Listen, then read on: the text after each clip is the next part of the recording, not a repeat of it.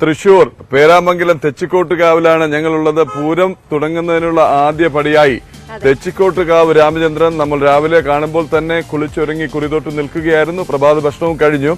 ഇവിടെ നിന്ന് രാമൻ ആ പറമ്പിൽ നിന്ന് ഇങ്ങനെ പുറപ്പെടുകയാണ് മെല്ലെ. അവിടെ നിന്ന് ഞങ്ങൾ ഇപ്പോൾ നിൽക്കുന്ന ദേവിയുടെ പ്രധാന നടയിൽ വന്ന് ദേവിയെ വണങ്ങിയ ശേഷം പേരാതൃക്കോവിലേക്ക് രാമചന്ദ്രൻ പോകും. പേരാതൃക്കോവിൽ ചെന്ന് ശ്രീരാമചന്ദ്രന്റെ തിടമ്പേറ്റി തിരികെ വരും. തിരികെ വന്ന് ഈ ക്ഷേത്ര വളപ്പിനുള്ളിൽ പിന്നെ ശ്രീരാമചന്ദ്രനെ കുടിയിരുത്തും. അദ്ദേഹത്തിനാണ്, ശ്രീരാമദേവനാണ് ഈ പൂരത്തിന്റെ ഒരു അധിപസ്ഥാനം അല്ലെങ്കിൽ കാരണവസ്ഥാനം. അതിനുശേഷം മാത്രമേ പൂരാഘോഷങ്ങൾക്ക് തുടക്കം കുറിച്ചുകൊണ്ട് ദേവി പുറത്തേക്ക് എഴുന്നള്ളൂ. അപ്പോൾ നമുക്ക് തെച്ചിക്കോട്ട് രാമചന്ദ്രന്റെ കാഴ്ചകളിലേക്ക് പോകാം. ഒപ്പം KP ധനേഷും പ്രസാദ് ഉടുമ്പിശ്ശേരിയും ഉണ്ട്. രാമനൊപ്പം അവർ രാമനെ അനുഗമിച്ച് ക്ഷേത്ര നടയിലേക്ക് വരികയാണ്.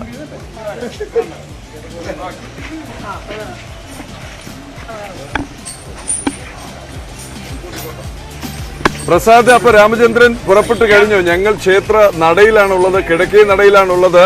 തെച്ചിക്കോട്ട് രാവ് രാമചന്ദ്രൻ ശ്രീരാമദേവന്റെ തേവരെ ആനയിക്കാനായുള്ള പുറപ്പാട് തുടങ്ങിയോ? എന്താണ് അവിടെയുള്ള കാഴ്ചകൾ? ഞങ്ങൾക്ക് അവിടെ കാണാൻ കഴിയുന്നില്ല ഇവിടെ നിന്ന്.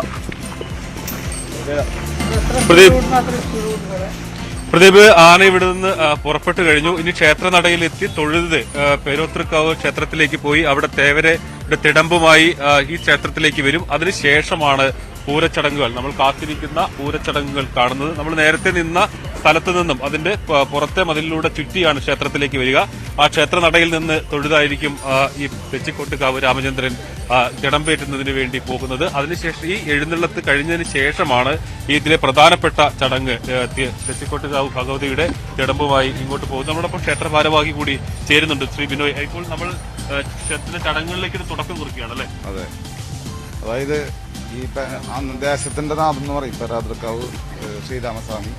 അദ്ദേഹത്തിന്റെ തേവരുടെ തിടമ്പ് കൊണ്ടുവരും. അത് തേവരുടെ തിടമ്പ് കൊണ്ടുവരുന്നത് അദ്ദേഹം തെച്ചിക്കോട്ടുകാവ് പൂരം കാണുന്നതിന് വേണ്ടി അദ്ദേഹത്തിന്റെ തിടമ്പ് കൊണ്ടുവന്ന് ഇവിടെ ഇരുത്തും. അവിടെ നടയടയ്ക്കുന്ന സമയത്തോട് കൂടിയിട്ട് ഇവിടെ കൊണ്ടുവന്നിരുത്തും.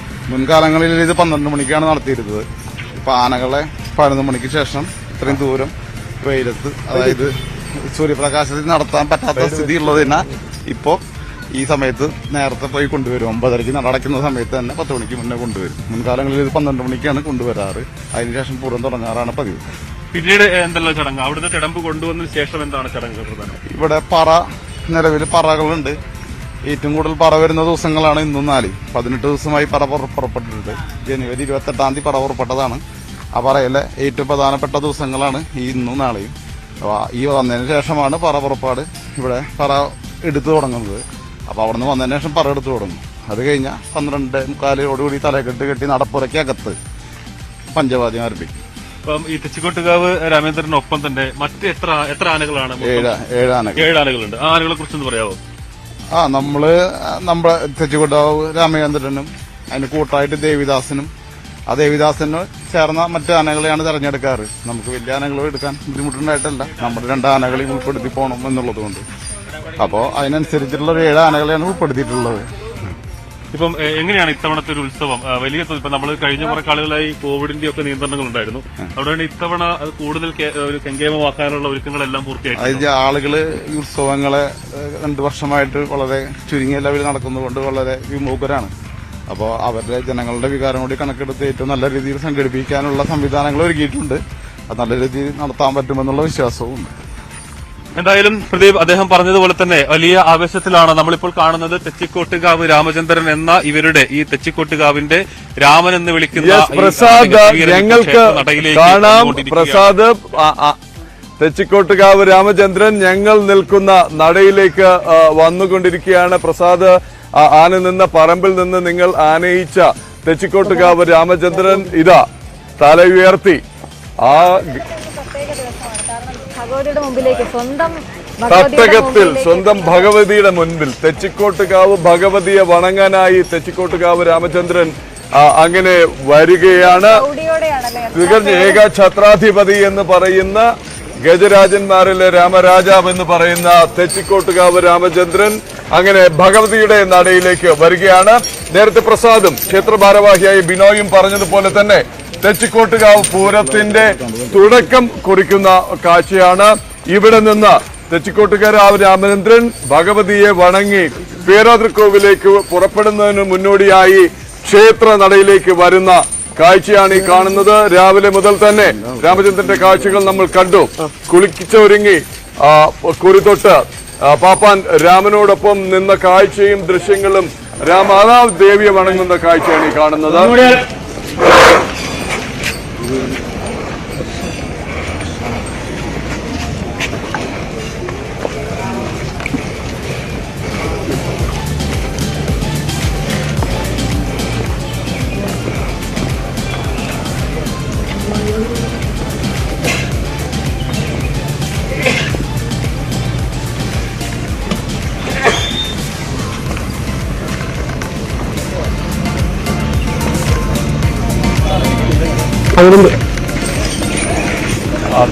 ദേവിയെ 3 വട്ടം വണങ്ങി തെച്ചിക്കോട്ടുകാവ് രാമചന്ദ്രൻ പുറപ്പെടുകയാണ്. ഏതാണ്ട് 1 കിലോമീറ്റർ അപ്പുറയുള്ള പേരാതൃക്കോവിലേക്ക്. തീർച്ചയായിട്ടും ഈ ദൃശ്യങ്ങൾ തത്സമയം തന്നെ ന്യൂസ് 18 പ്രേക്ഷകർക്കായി എത്തിക്കും. അവിടെ പേരാതൃക്കോവിലെത്തി ശ്രീരാമചന്ദ്രന്റെ തിടമ്പേറ്റി ഇവിടേക്ക് തന്നെ ഈ ക്ഷേത്ര നടയിലേക്ക് തന്നെ തെച്ചിക്കോട്ടുകാവ് രാമചന്ദ്രൻ എത്തും. ക്ഷേത്രത്തിനുള്ളിലേക്ക് ചിദംബരത്തിനുള്ളിലേക്ക് പ്രവേശിച്ചു കഴിഞ്ഞാൽ ശ്രീരാമചന്ദ്രനെ ഈ പൂരത്തിന്റെ അധിപൻ എന്ന് പറയുന്ന ശ്രീരാമചന്ദ്രദേവനെ ഇവിടെ കുടിയിരുത്തിയ ശേഷം ആണ് ഭഗവതി പുറത്തേക്ക് എഴുന്നള്ളത്. പിന്നെ ഭഗവതിയുടെ തിടമ്പുമായിട്ടാണ് പിന്നെ തെച്ചിക്കോട്ടുകാവ് രാമചന്ദ്രന്റെ അടുത്ത റോൾ എന്ന് പറയാം. അശ്വതി, അതിനൊപ്പം ഈ കാഴ്ച കണ്ട് ശരിക്കും മയങ്ങി നിൽക്കുകയാണെന്ന് പറയും. ഈ ആനക്കാഴ്ചയെ കുറിച്ചൊക്കെ നമ്മൾ പറയുമെങ്കിൽ ഇത്രയും അടുത്ത് നിന്ന് എന്തൊരു അനുസരണയോടെയാണ് രാമൻ എന്ന് പറയുന്ന പാപ്പാനെ നമ്മുടെ രാമൻ അനുസരിച്ചത് എന്നുള്ളതാണ്. അവിടെ വന്ന് വളരെ ഒരു മിണ്ടാതെ നിന്ന് ദേവിയെ വണങ്ങുന്ന ഒരു കാഴ്ച, അത് അത്രയും കൃത്യമായി വണങ്ങിയ ശേഷം പോകുന്നു. രാമനെ കുറിച്ച് പല കാര്യങ്ങളും നമ്മൾ നേരത്തെ കേട്ടിട്ടുണ്ട്. പക്ഷെ അന്ന് രാമനെതിരെ പറഞ്ഞവരൊക്കെ ഇപ്പോൾ ചിന്തിക്കുന്നുണ്ടാകും, അല്ലെങ്കിൽ ഈ കാഴ്ച കാണുമ്പോൾ നമുക്ക് അവരോട് പറയാനുള്ളത്, രാമൻ പല കാര്യങ്ങളും കുസൃതികളൊക്കെ നേരത്തെ അദ്ദേഹം പറഞ്ഞ പോലെ കാണിച്ചിട്ടുണ്ടാകാം. കുറുമ്പ് കാട്ടും, അതാണ് ഇഷ്ടമെന്ന് പറയുന്നു. പിന്നെ ആനയുടെ ചെവിയിൽ കൊണ്ട് പടക്കം പൊട്ടിച്ചിട്ട് ആന ഒന്നും അറിയാത്ത പോലെ നിൽക്കണം എന്ന് പറയുന്നതിനെ കുറിച്ചും പലവട്ടം ആലോചിക്കേണ്ടതും ചർച്ച ചെയ്യേണ്ടതും ഒക്കെ ഉണ്ട്. എന്തായാലും എല്ലാ കാര്യത്തിനും 2 വശമുള്ളതുപോലെ അതിനും 2 വശമുണ്ടായി. വലിയ ചർച്ചകളൊക്കെ നടന്നെങ്കിലും രാമൻ ഇപ്പോഴും ഹീറോയാണ് എന്നുള്ളതാണ് നമുക്ക് ഇവിടെ നിന്ന് തരാൻ കഴിയുന്ന വിവരം. നമ്മുടെ പ്രസാദ് ഉടുമ്പശ്ശേരി അദ്ദേഹത്തിന് ആനയ്ക്കൊപ്പം പോയിട്ടുണ്ട്. അവിടെയുള്ള കാഴ്ചകൾ കൃത്യമായി എത്തിക്കും. ധനേഷ് ഉണ്ട്. തീർച്ചയായിട്ടും പേരാതൃക്കോവിലേക്കാണ് പോയിരിക്കുന്നത്. പേരാതൃക്കോവിൽ ചെന്ന് ശ്രീരാമചന്ദ്രന്റെ തിടമ്പേറ്റി വരുന്നത് വരെയുള്ള കാഴ്ചകൾ ഏറെക്കുറെ മുറിയാതെ നമുക്ക് കിട്ടും എന്ന് വേണം കരുതാൻ.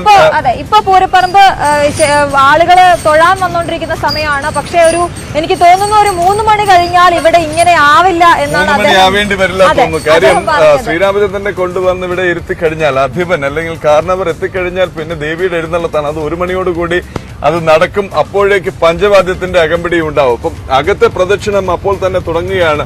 അപ്പൊ എനിക്ക് തോന്നുന്നു ഉച്ചയ്ക്ക് മുമ്പ് തന്നെ ഈ കാണുന്ന കാഴ്ചയാവില്ല. ഉച്ചയ്ക്ക് ഞങ്ങൾ എവിടെ നിൽക്കും, എവിടെ നിന്ന് പിന്നെ ഇതൊക്കെ തത്സമയം നൽകും എന്ന് പറയാനാവില്ല. എന്തായാലും വിശാലമായിട്ടുള്ള ഈ ഗ്രൗണ്ട് എടുത്ത് പറയേണ്ടതാണ്. നേരത്തെ അവർ പറഞ്ഞതുപോലെ ക്ഷേത്രം ഭാരവാഹികൾ നമുക്കൊന്ന് കാണിക്കാം പ്രേക്ഷകർക്കായിട്ട്. ക്ഷേത്രം ഭാരവാഹികൾ പറഞ്ഞതുപോലെ തൃശൂർ പൂരത്തിനൊപ്പം നിൽക്കുന്ന എന്ന് പറയുമ്പോൾ അവർക്ക് അത്രയും ആത്മവിശ്വാസത്തോടെ പറയുന്നത് എത്ര പേർ വന്നാലും ഉൾക്കൊള്ളാവുന്ന ഒരു സ്ഥലം ഞങ്ങൾക്കുണ്ട് എന്ന് അപ്പോൾ ഈ കാണുന്ന കമാനം കണ്ടോ? എനിക്ക് തോന്നുന്നു 7 കവാടങ്ങൾ ഈ കമാനത്തിൽ കാണുന്നു. 7 ആനകൾക്കായിട്ടുള്ള കമാനം ആയിരിക്കണം. ഇത് എണ്ണി ഞാൻ ഈ അകലത്തിലായിരിക്കണം നിൽക്കുക. അപ്പോൾ അകത്തു നിന്ന് ദേവിയെ എഴുന്നള്ളിച്ച് പഞ്ചവാദ്യത്തിന്റെ അകമ്പടിയോടുകൂടി ക്ഷേത്രത്തിനുള്ളിലെ പ്രദക്ഷിണം കഴിഞ്ഞാൽ പിന്നെ എത്തുക ഈ പൂരപ്പറമ്പിലേക്കാണ്. ഇവിടെ എത്തി ക്ഷേത്രാഭിമുഖമായി ഇവർ ഈ ആനകൾ അണിനിരന്നു കഴിഞ്ഞാൽ പിന്നെ പഞ്ചവാദ്യം ഇവിടെ നിന്ന് അങ്ങോട്ട് അകത്തേക്ക് മാറുകയാണ്. പിന്നെയാണ് മേളം, മേളപ്പദം, മേള കാഴ്ച, മേളയുടെ ഒരു പെരുക്കം കാണാവുന്നത്. ഇലഞ്ഞിത്ര മേളത്തിന്റെ പ്രമാണി ആശാൻ കീഴ്ക്കോട്ട് അനിയന്മാരാരുടെ നേതൃത്വത്തിലുള്ള മേളമാണ്. പിന്നെ ഒരു 3-3.5 മണിക്കൂർ. അതിനുശേഷം വീണ്ടും ദേവിയുമായി തെച്ചിക്കോട്ടുകാവ് രാമേന്ദ്രനും ദേവിദാസനും കൂട്ടരും അകത്തേക്ക് എഴുന്നള്ളുന്നതോടുകൂടി പകൽപൂരത്തിന് സമാപ്തിയാവുകയാണ്. നമുക്ക് രാമചന്ദ്രന്റെ യാത്രയുടെ കാഴ്ചകൾ കാണാൻ കഴിയുന്നുണ്ടോ? പ്രസാദ് നമുക്കൊപ്പം ഉണ്ടോ?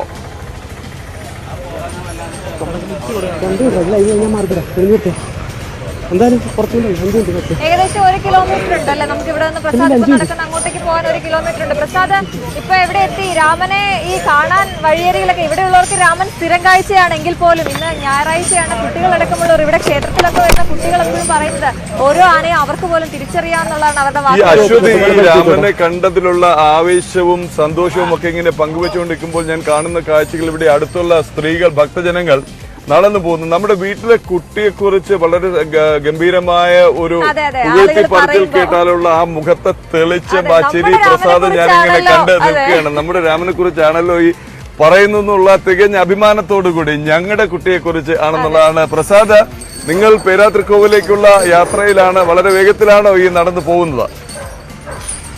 ചുറ്റുമുള്ള കാഴ്ചകൾ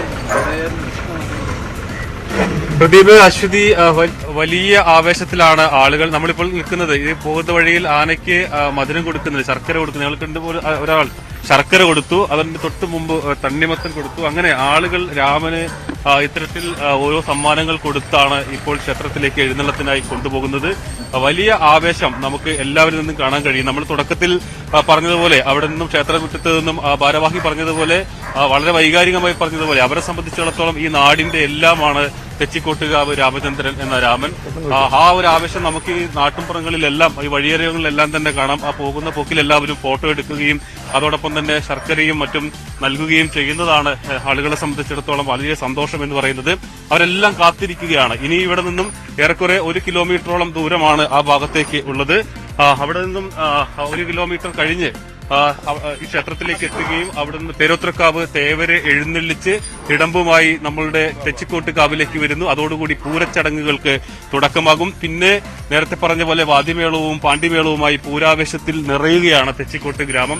എന്തായാലും ആളുകളെല്ലാം വലിയ ആവേശത്തിൽ ഈ വഴികളിൽ നമുക്ക് കാണാൻ കഴിയും. ആളുകളെല്ലാം അത്രയേറെ കാത്തിരിക്കുകയാണ്. ഈ സംബന്ധിച്ചിടത്തോളം തെച്ചിക്കോട്ട് കാവിൽ രാമനെ കാണുന്നതിന് വേണ്ടിയുള്ള ആവേശം നമുക്കിവിടെ എല്ലാം തന്നെ കാണാൻ കഴിയും. എന്തായാലും ഒരു അല്പസമയം കൂടി ആനയുമായി നടക്കേണ്ടതുണ്ട്. 1 കിലോമീറ്റർ ദൂരമാണ് ഇവിടെ നിന്നും ആ ക്ഷേത്രത്തിലേക്ക്, പേരോത്രക്കാവ് ക്ഷേത്രത്തിലേക്കുള്ളത്. അവിടെ വെച്ചാണ് പൂരച്ചടങ്ങുകൾ തുടങ്ങുക. എഴുന്നള്ളത്ത് അല്പസമയത്തിനകം തന്നെ ഇവിടെ നിന്ന് ആരംഭിക്കും. നമുക്ക് കാണാൻ കഴിയും ഇപ്പോൾ ശർക്കര കൊടുക്കുകയാണ്. തെച്ചിക്കോട്ട് രാമനെ സ്നേഹിക്കുന്ന അവരുടെ നാട്ടുകാർ ഇവിടെ നിന്നും ക്ഷേത്രത്തിലേക്ക് പോകുന്ന വഴികളിലെല്ലാം രാമനുള്ള സമ്മാനങ്ങൾ നൽകുകയാണ്. നേരത്തെ തൊട്ട് മുമ്പ് ഒരു വീട്ടിൽ ഒരു ചേട്ടൻ ഇവിടെ നിന്നും ശർക്കര നൽകിയത് നമ്മൾ കണ്ടതാണ്. വളരെ ഒരു പേടിയുമില്ലാതെ വളരെ അവരുടെ ഏറ്റവും അടുത്ത ആൾ, ആ നാടിന്റെ വളരെ ആരാധനയോടുകൂടി നോക്കുന്ന ആൾ. നമുക്ക് അവരോട് ചോദിക്കാം, ഈ രാമൻ അത്രയേറെ ഇഷ്ടമാണോ? ആണ്. കുറെ നേരമായോ കത്ത് തുടങ്ങിയിട്ട്? കണ്ടു.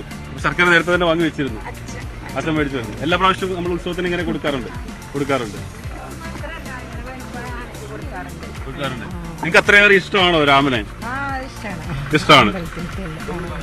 അതാണ് നമ്മൾ കേട്ടത്. നേരത്തെ ഇപ്പോൾ നമ്മളിവിടെ ശർക്കര കൊടുത്തവർ നേരത്തെ അമ്പലത്തിൽ പോയതാണ്. അപ്പൊ തന്നെ തീരുമാനിച്ചാണ് വീട്ടുകാർ രാമനതിലൂടെ പോകുമ്പോൾ ശർക്കര നൽകണമെന്നുള്ളത്. എന്തായാലും ശർക്കര കൊടുത്ത് അവരെ സന്തോഷത്തോടു കൂടി അവരിപ്പോൾ വീട്ടിലേക്ക് കയറി പോയിരിക്കുകയാണ്. ഇനി രാമൻ തിരിച്ചു വന്ന് പേരോത്രക്കാവ് തേവരുടെ തിടമ്പുമായി തിരിച്ചു വരുന്ന സമയത്ത് അവരെല്ലാം ക്ഷേത്രമുറ്റത്തേക്ക് വന്നുകൊണ്ടിരിക്കും.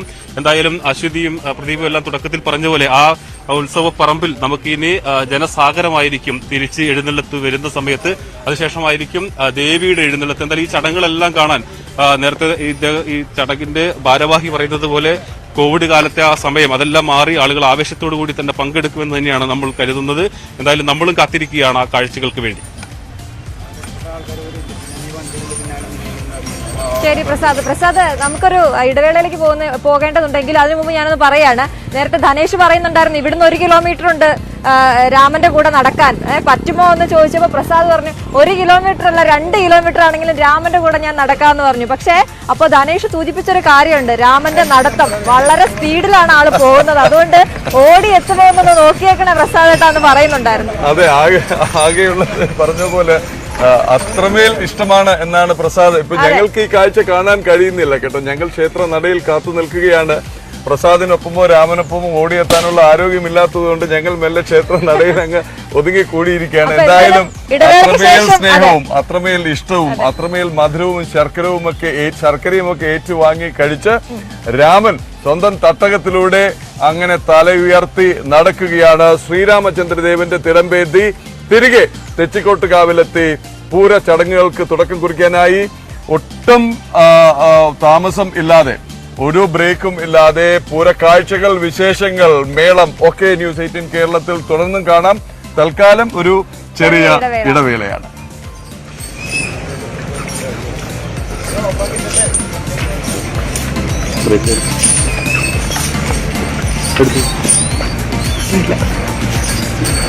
ഇടവേള